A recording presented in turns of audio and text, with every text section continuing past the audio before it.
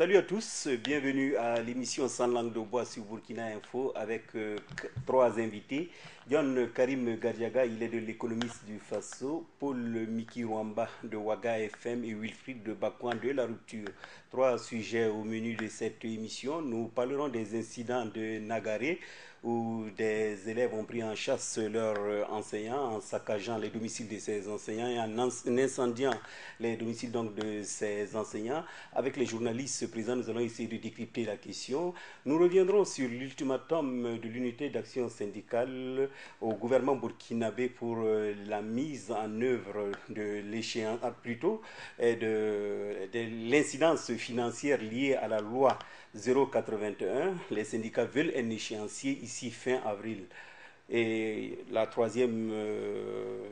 troisième plutôt sujet sera de parler de la conférence de presse de l'UPC où il a été question de la sanction à l'encontre d'un militant du parti, lui, Alman Wali, en attendant l'autre sanction qui sera destinée à Bruno Kafando. Donc nous reviendrons sur ces trois sujets au cours de cette émission. Nous commençons donc par Paul Miki Rwamba sur le premier sujet, c'est vrai. Ça fait l'actualité dans les médias burkinabés, ces incidents à Nagaré. Nagaré qui est une petite localité située à côté de Logobou. Logobou qui est un des 8 départements de la province de la Tapua. Logobou, cette ville qui se trouve à 75 km du chef-lieu de province qui est Diapaga. On a vu ce qui s'est passé à travers les incendies des domiciles des enseignants, une chasse à l'homme comme dirait l'autre. Alors en tant que journaliste, quelle a été votre analyse sur cette actualité? Alors, merci. On a longtemps parlé dans ce pays de la question de la restauration de l'autorité de l'État. Alors, rappelez-vous, depuis un certain temps, cette question refait surface depuis un certain temps. La question de l'incivisme aussi, l'incivisme grandissant, a été évoquée dans ce pays depuis un certain temps, depuis d'ailleurs la période pré-insurrection populaire. Alors aujourd'hui, ce qui est arrivé dans le village de Nagaré, dans cette commune de Logobou, c'est assez grave et c'est symptomatique d'une société, de mon point de vue, en perte de vitesse. Une société qui est en train de perdre un peu ses valeurs.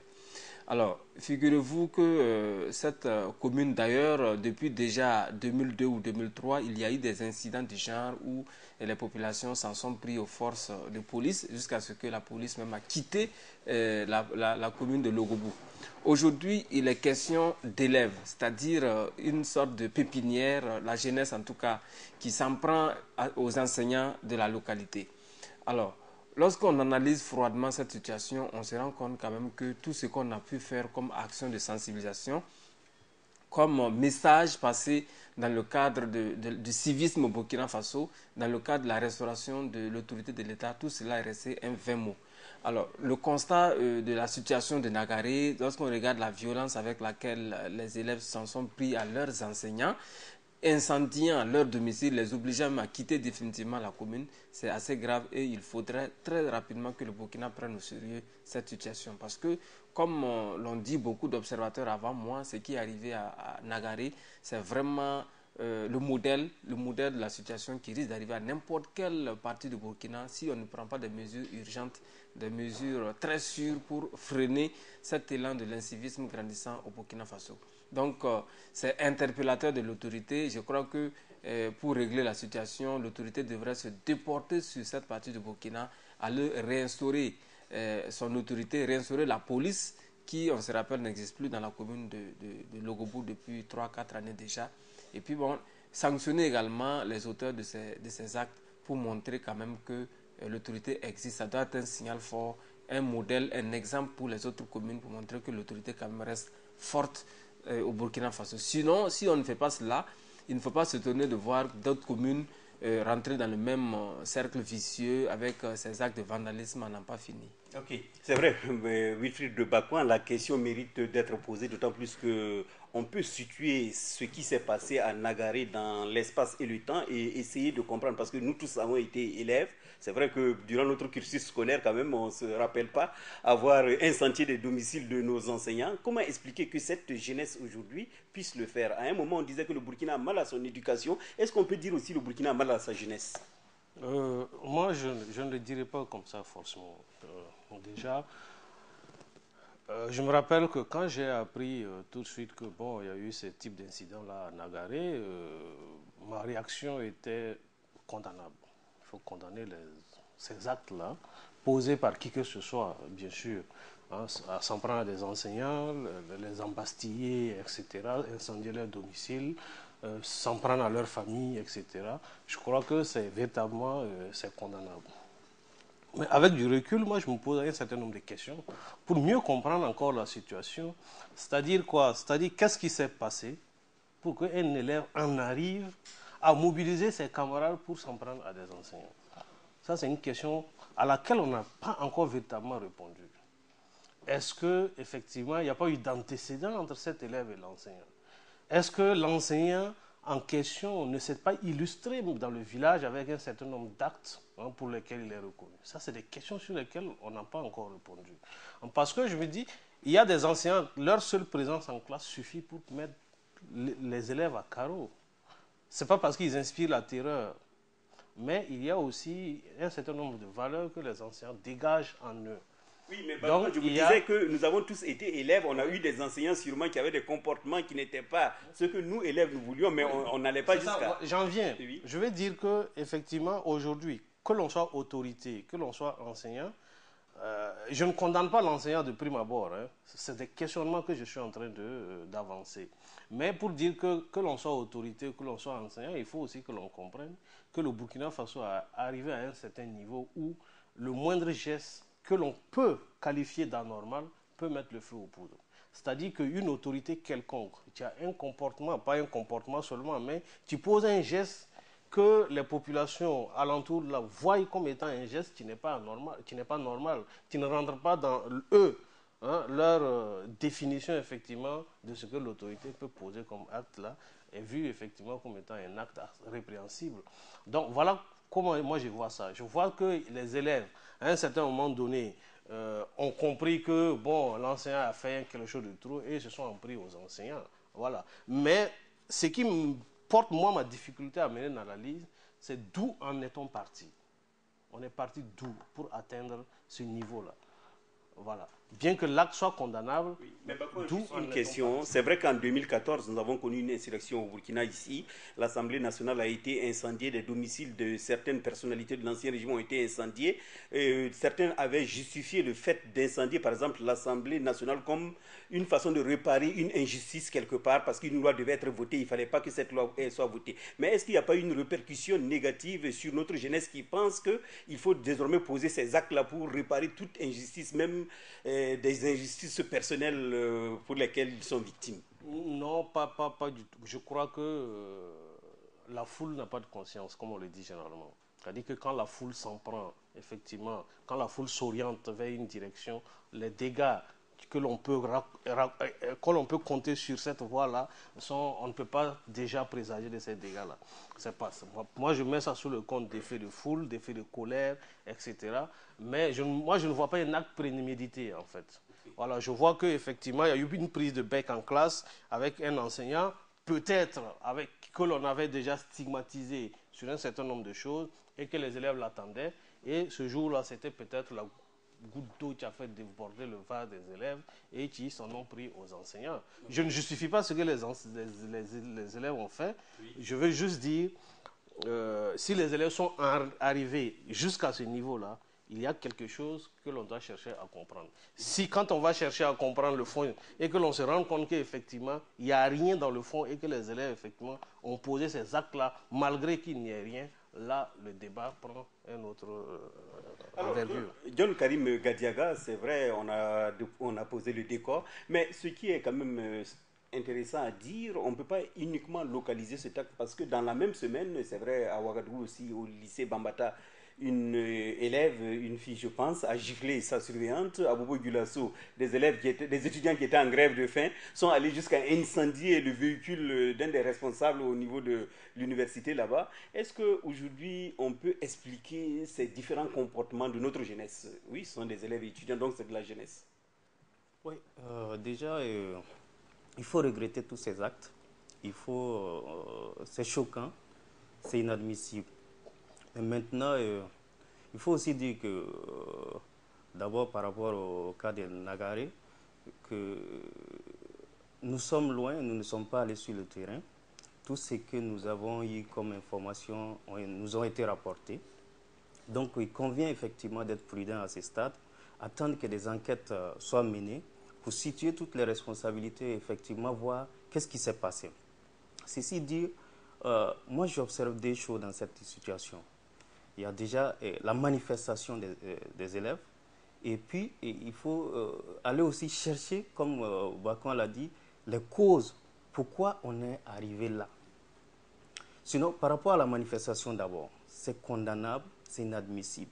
On ne peut pas permettre ce genre de choses, on ne peut pas arriver à là, même quand on est mécontent, aller poursuivre un enseignant à son domicile, brûler ce qu'il a comme volaille et puis mettre tout ce saboter tout ce qu'il a et le poursuivre jusqu'à vouloir le tuer, ça c'est quand même grave.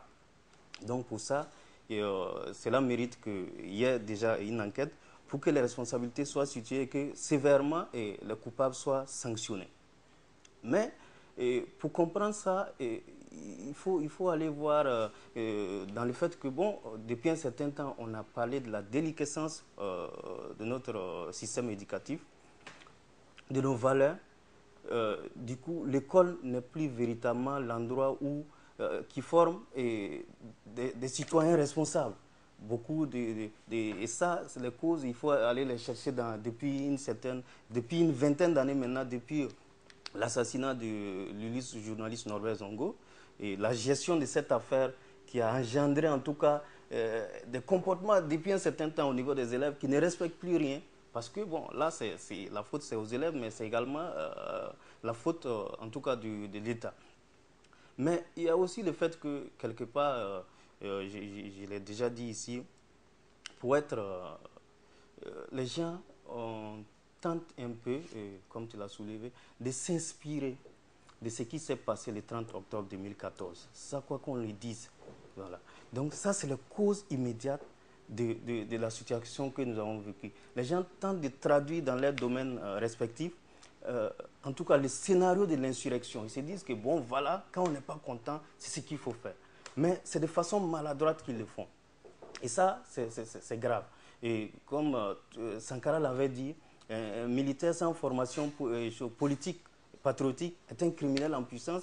Mais je crois également qu'un révolté ou un insurgé sans éducation, sans instruction, sans culture générale, est un terroriste sauvage pour la société. Et ça, véritablement, c'est grave. Okay. Voilà. Les gens, souvent, ils essaient d'appliquer dans leur domaine sans véritablement comprendre les choses.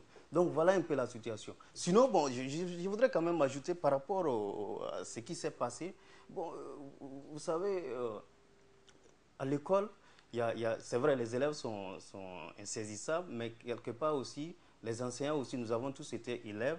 On a vu quand même que quelquefois, il y a des enseignants. Bon, ça aussi, puisque c'est la déliquescence carrément de toute la société. Au niveau des élèves, ça ne va pas, mais également au niveau des enseignants, il y en a qui se comportent souvent de manière quand même à provoquer les élèves. Et ça, c'est des choses aussi qu'il faut voir et véritablement, parce que ce qui s'est passé, qu'est-ce qui s'est passé? L'enseignant a intercepté un message qui était adressé à un autre élève dans la classe et du coup, il a voulu que l'élève se mette dehors. Moi, je crois que c'est une humiliation. Une humiliation, alors que à l'école, il faut plutôt privilégier la sanction plutôt que la punition.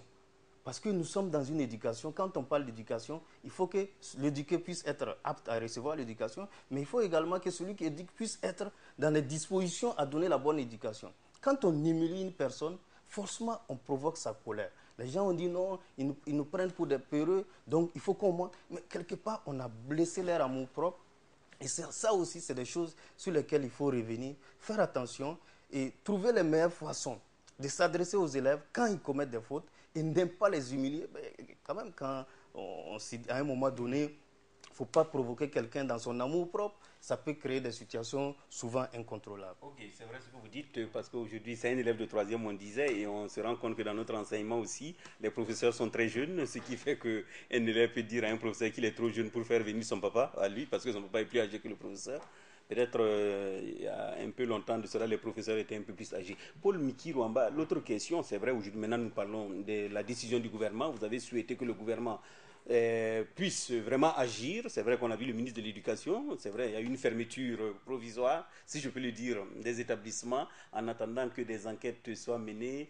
Le ministre a pris mèche avec le procureur de Diapaga et ils vont situer les responsabilités avant de sanctionner. Alors comment vous voyez cette démarche du gouvernement? Alors, pour moi, c'est la solution la plus facile que le gouvernement adopte. Le tout n'est pas d'aller fermer une école pour dire oui, on attend de voir que la situation se calme. C'est vraiment, ça ressemble un peu à ce que je disais lorsqu'il était question de décréter des couvre-feux. Pour un rien de temps, on dit couvre-feu. C'est une solution très facile pour moi. Alors, par rapport à cette situation, il n'était pas question, à mon avis, de fermer l'école. Il était question d'aller montrer aux yeux des populations de cette partie du Burkina que l'autorité de l'État existe. Même si les gens pensent aujourd'hui que c'est l'esprit de l'insurrection qui prévaut toujours, il faut faire comprendre aux gens que ça c'est terminé et qu'il y a une autorité centrale qui est en place et que les rébellions, quelle que soit leur forme, qui se font de façon isolée, ça c'est terminé, on peut mettre fin à tout cela. Donc c'est vraiment une solution très facile que de décréter la fermeture des écoles de ce village. On est en train de sanctionner des innocents parce qu'il se trouve certainement des élèves qui n'ont rien à voir avec la manifestation. Je pense en particulier de l'école primaire qui a été une victime collatérale de cette manifestation parce que l'incident est parti du CG. C'est l'école primaire qui a vu son drapeau déchiré. Ce sont les enseignants de l'école primaire également qui ont été pris à partie. L'école primaire se trouve être fermée. Les élèves sont actuellement à la maison, qui n'ont rien à voir avec ça. Pour moi, c'est une solution très facile et c'est ce qu'il fallait d'ailleurs éviter. Même si on a vu quand même que au niveau du village de Nagaré et même de la commune de Logobou, des gens ont demandé à ce que l'école soit fermée pour 2 ans comme sanction. Pour moi, ce n'est pas ce qu'il faut faire. Pour moi, il faut mener des actions fortes. L'autorité doit aller montrer qu'elle existe et que c'est elle qui a la force publique. Alors, les sanctions, on en a entendu parler. J'ai écouté également le ministre Jean-Bertin Koulibaly qui, après, lors de son séjour sur place là-bas, a dit que oui, les enquêtes vont être ouvertes, les fautifs seront sanctionnés. C'est ce qu'il faut faire, mais je constate et je suis sûr que ce sont des décisions qui vont s'inscrire dans la durée. Finalement, les gens risquent d'oublier cela. Le ministre a fait savoir aussi que ce sont des enfants, ce sont des élèves, ce sont des enfants. Oui, donc, donc, en ce moment, quand on parle d'enfants, il faut revenir sur peut-être la question d'éducation. Les enfants, il y en a tellement au Burkina. Maintenant, la question que l'on doit se poser, pourquoi ce sont les enfants de Nagaré qui se sont rendus coupables de ce... Mais justement, bon, est-ce que attraper 5 ou 6 enfants et les mettre en prison, est-ce que ça résout le problème? Peut-être c'est tout là le fond même du problème. Lorsqu'on parle de sanctions, ce n'est pas forcément prendre les enfants et les mettre en prison. Je ne vois pas les choses comme ça. Peut-être que lorsqu'on pose la question froidement aux élèves qui ont déchiré le drapeau, peut-être même qu'ils ne savent pas ce que c'est qu'un drapeau, ils ne connaissent pas les symboles de l'État.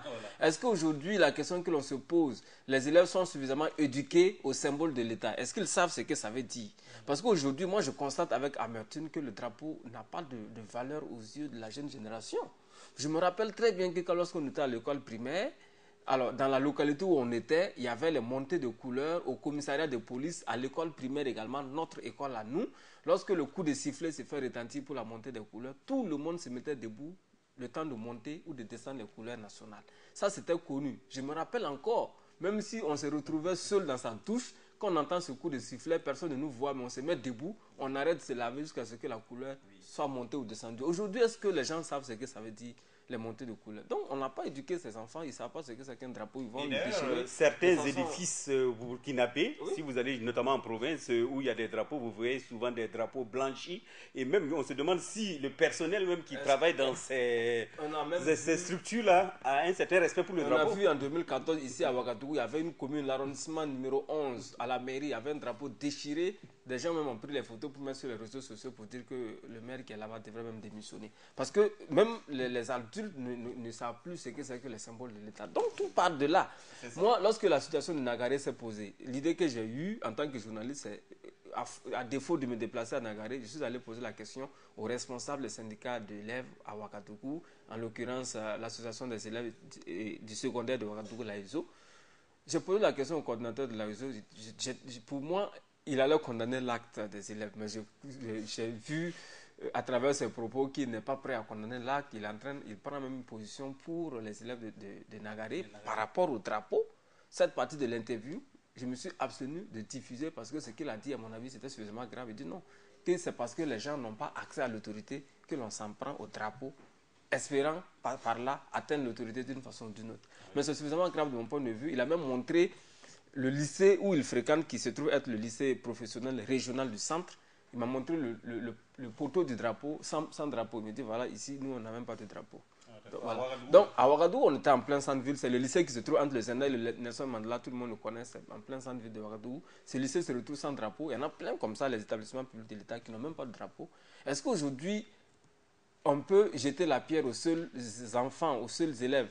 On ne les a pas éduqués. C'est la conséquence comme ça. Moi, je suis sûr que si on prend les élèves qui ont déchiré le drapeau, on leur demande ce que c'est que le drapeau, beaucoup, certainement, ils ne sauront même pas ce que ça veut dire exactement le drapeau. Okay. La preuve est que c'était à l'école primaire, certainement que le CG n'en avait même pas. D'accord, c'est vrai qu'on va suivre le développement de cette affaire, si on peut l'appeler l'affaire de Nagari. On passe au second sujet avec Wilfried de Bacouan. On revient aux syndicats, notamment c'est-à-dire les syndicats avec la loi 081. Ils ont tenu une conférence de presse la semaine dernière pour demander au gouvernement de leur montrer un échéancier, c'est-à-dire d'ici fin avril, pour qu'ils puissent savoir, c'est-à-dire l'incidence financière liée à cette loi-là, comment effectivement cette incidence financière sera appliquée. Alors, vous, quelle a été votre réaction? Non, déjà, sur cette question de la loi 081, moi je suis formel. C'est une loi qu'il faut mettre en œuvre parce qu'effectivement c'est un long combat qui a abouti sous la transition. Parce que déjà en 98, c'était la loi 03 qui avait été prise et qui avait été mise en œuvre immédiatement après son adoption, notamment avec 2 décrets d'application qui ont été élaborés en même temps. Donc, pour les syndicats, pour les travailleurs, c'est justice aussi qu'au moment où on rectifie la loi, que quand on la rectifie ou quand on la relie, en la réalisant, que l'on prenne en même temps les décrets d'application et que l'on donne un échéancier. L'échéancier, pour moi, l'échéancier, c'est tout simplement c'est un consensus qu'il y a entre gouvernants et puis syndicats pour dire, bon, comme on ne peut pas tout mettre en œuvre en même temps, voilà comment on va procéder doucement pour pouvoir effectivement apurer tout ce qu'il y a comme engagement dans cette loi-là. Voilà comment moi je fais la lecture. Maintenant, ce que le gouvernement tente de faire croire, c'est que la loi 081, sa mise en œuvre, demande effectivement assez d'argent, alors que malheureusement, la loi 081, sa mise en œuvre ne demande pas que de l'argent, parce qu'il y a beaucoup d'engagements qui ne demandent pas de l'argent. Le seul engagement qui demande de l'argent, c'est les avancements, les arriérés des avancements des fonctionnaires, et puis un certain nombre d'augmentations sur les primes, etc., etc. Voilà. Donc, voilà pourquoi moi je dis effectivement, ce n'est pas un ultimatum en tant qu'ultimatum, c'est pour dire juste au gouvernement, nous attendons jusqu'à fin avril, parce que c'était le 15 mars qui avait été donné par le gouvernement pour sortir le chronogramme.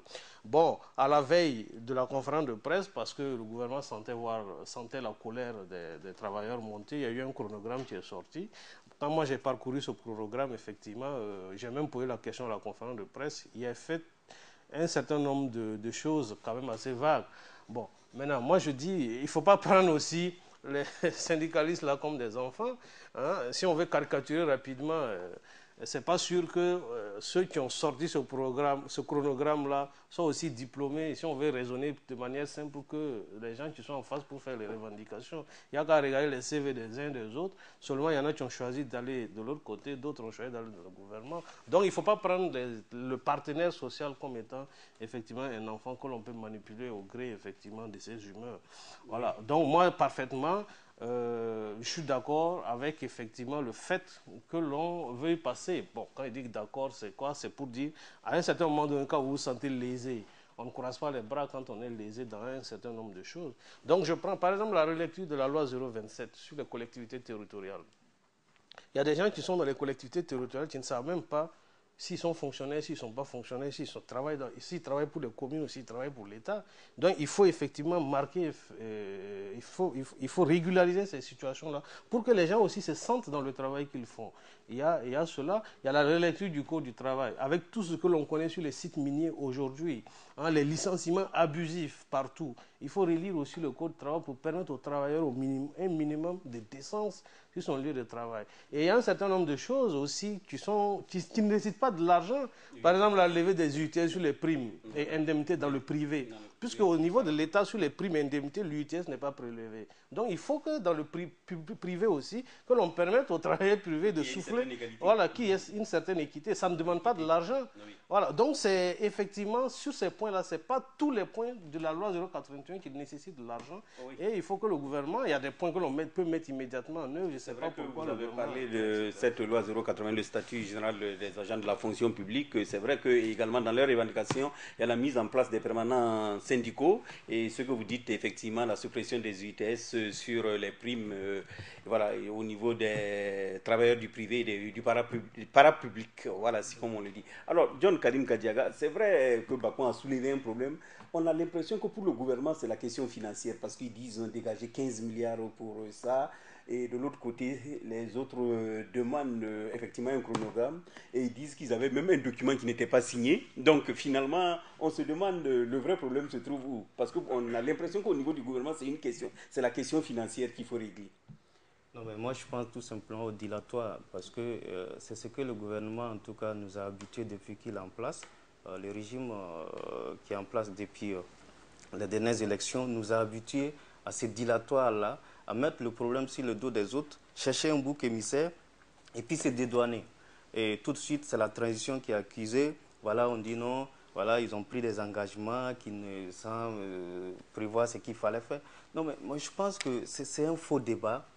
Et je pense que le gouvernement même devrait avoir honte de faire ce genre de discours-là. Parce que qu'est-ce que la transition devait faire? Tracer des sillons, c'est ce qu'on a dit. La transition avait une seule année. Mais vous savez que tous ces engagements, ces volontés de réalisation-là ne pouvaient pas se faire au cours de la seule année. Donc, il fallait quand même tracer des sillons, mettre quelque chose sur les rails, en tout cas, les prendre en compte. Parce que ce sont des choses qui ont contribué à créer la frustration qui a entraîné l'insurrection populaire. Donc le mérite de la transition, quand même, a été de les prendre en compte et de les mettre sur les rails. En attendant que ceux qui allaient venir par la suite puissent les mettre en œuvre.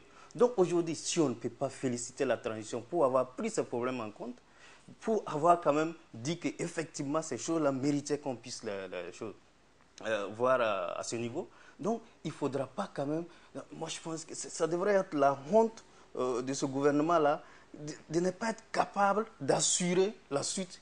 Parce qu'ils sont venus pour relever ces défis. Ils savaient bien que, voilà, effectivement, au cours de la transition, il y avait des engagements qui devaient être pris. Et donc, c'est au gouvernement à venir de les mettre en œuvre. Donc, aujourd'hui, on ne peut pas venir s'asseoir que non, mais la mobilisation des ressources, ce n'est pas la transition qui doit faire ça aujourd'hui. Mais la transition ne pouvait pas mobiliser ces ressources-là à l'espace d'une année.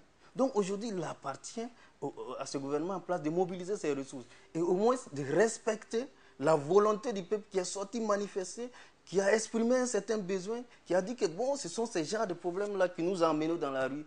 Donc il faut les résoudre. Donc vous savez, les syndicats ont joué un grand rôle au cours en tout cas de l'insurrection et pendant le putsch du 16 septembre 2015. Donc, c'était leur intervention. Bon, en tout cas, ils ont contribué, comme toutes les autres entités d'ailleurs, à faire, en tout cas, à sauver la transition. Et aujourd'hui, il faut quand même saluer cette mobilisation-là, cet engagement-là, en respectant ce qu'ils doivent avoir des droits. Ok. Voilà. D'accord, c'est vrai, pour terminer sur cette question pour le Miki Rwamba, c'est un ultimatum des syndicats, c'est jusqu'en fin avril. Les syndicats ont dit si effectivement il n'y a rien qui est fait, il y aura une grève de 48 heures, après une grève de 72 heures. Est-ce que vous pensez qu'on arrivera à là?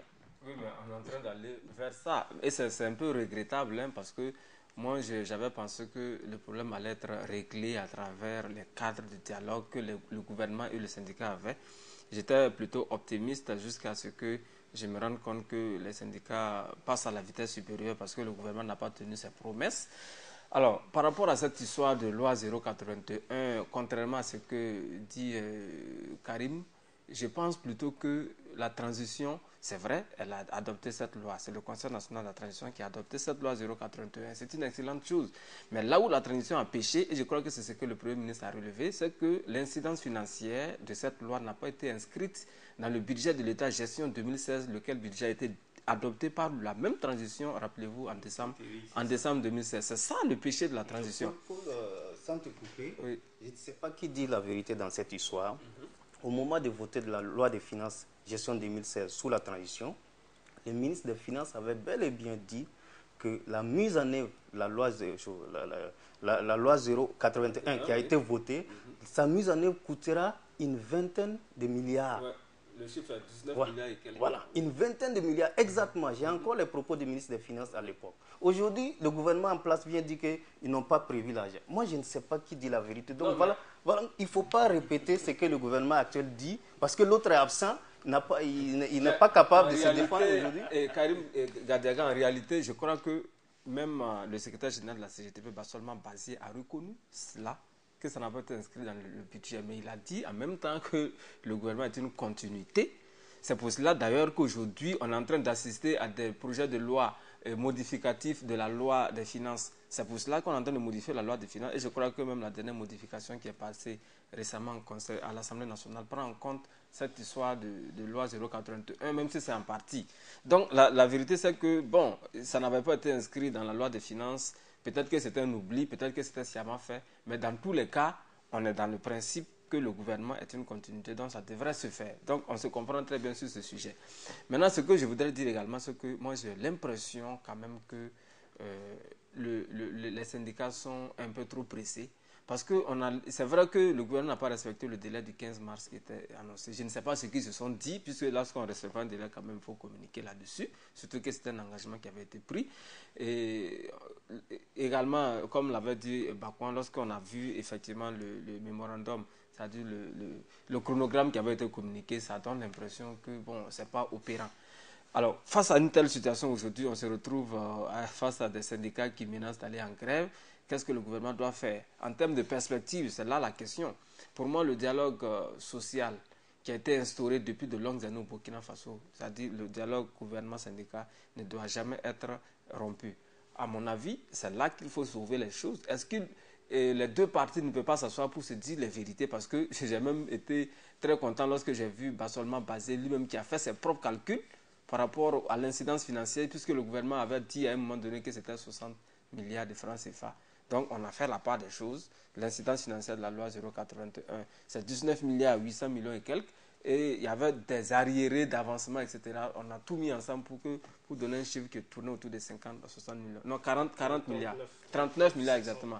39 milliards, près de 40 milliards. Voilà, c'est ça le chiffre. Donc, ils ont rectifié également à ce niveau. Donc, je sais quand même que les syndicats, ils connaissent le nombre de fonctionnaires qu'on a au Burkina. Ils connaissent un peu les incidences financières. Ils font leurs calculs à eux. Et ils arrivent souvent à rectifier le gouvernement lorsqu'ils tentent de camoufler certaines réalités. Donc, on fait la part des choses. Je crois que, de ce point de vue, les deux parties doivent échanger. Et on sait que le Burkina se trouve face à une situation financière difficile. Beaucoup de gens l'ont dit. Avant même le Premier ministre, tout le monde le dit d'ailleurs. Alors, donc, je crois que la vérité dans le dialogue devait permettre de régler ce problème. Est-ce que le gouvernement, si réellement il a des difficultés, des tensions de trésorerie quelque part, ne pourrait pas proposer quelque chose de très clair au niveau des syndicats pour qu'on puisse avancer? Parce qu'on a dit, hein, les fonctionnaires, ils sont combien? Autour de 200 000 fonctionnaires, si je ne me trompe pas. Et c'est eux, en réalité, qui sont concernés par ces revendications. Mais ils ne sont pas les seuls Burkinabés, ça aussi c'est une réalité qu'on se dit. D'ailleurs, autour de ce plateau, je ne crois pas que quelqu'un de nous soit concerné par la loi 081. Le privé également a ses revendications à lui.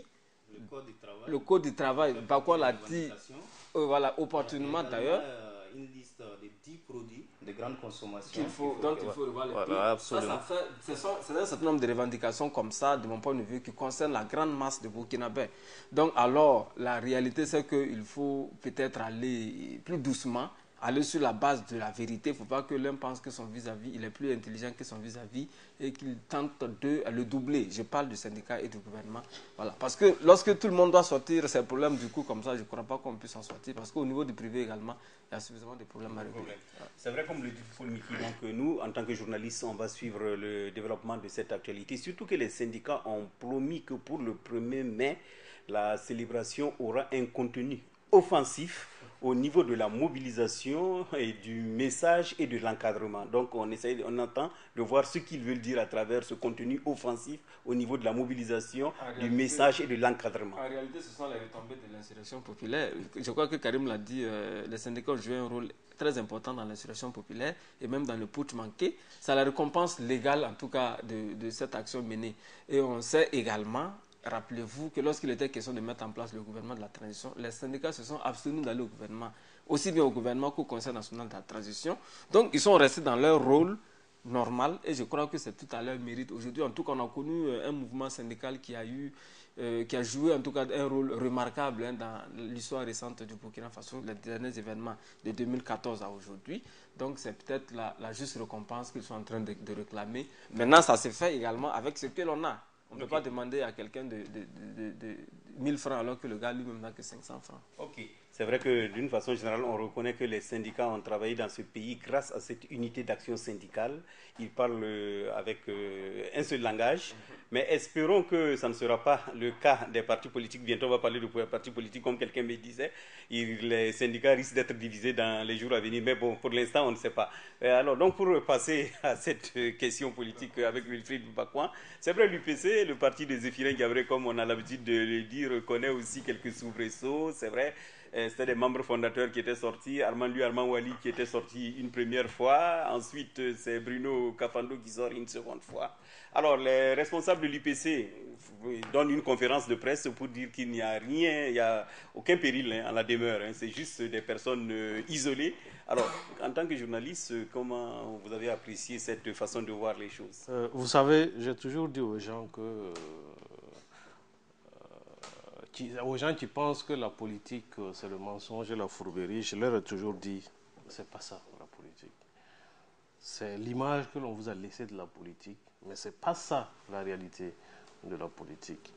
Et j'étais désolé de voir que, effectivement, lui, Armand Wali, pour qui j'avais quand même un certain nombre de respect, parce qu'il sait quand même bien écrire des textes, qu'il se comporte de la sorte, laissant bien sûr à la jeune génération ou aux générations futures une image d'un homme politique qui n'est pas assez conséquent. Et ça, c'est déplorable que, effectivement, l'exemple que les jeunes doivent suivre se trouve être effectivement des contre-exemples.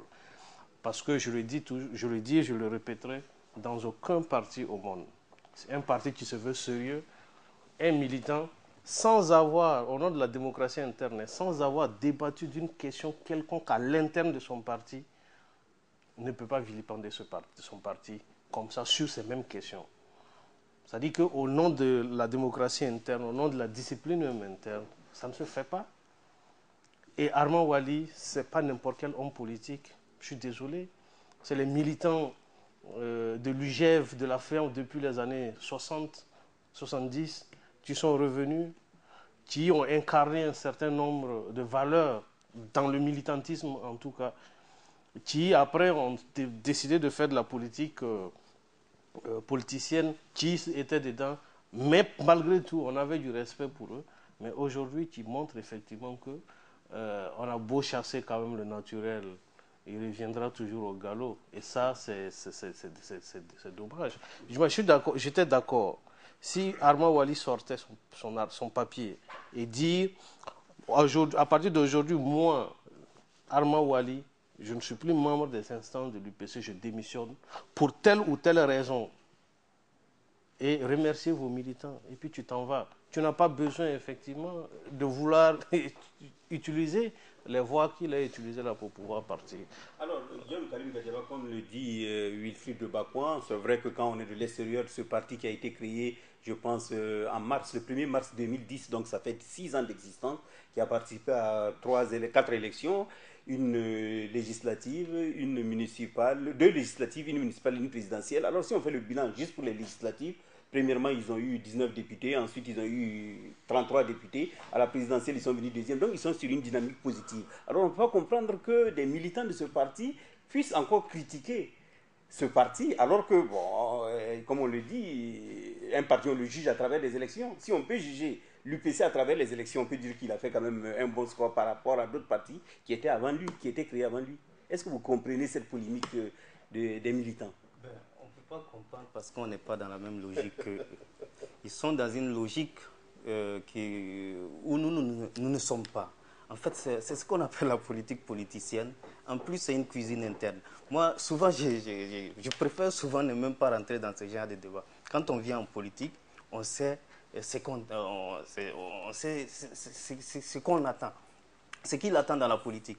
Donc, ils sont dans un marigot qu'ils connaissent bien. C'est eux qui comprennent leur jeu.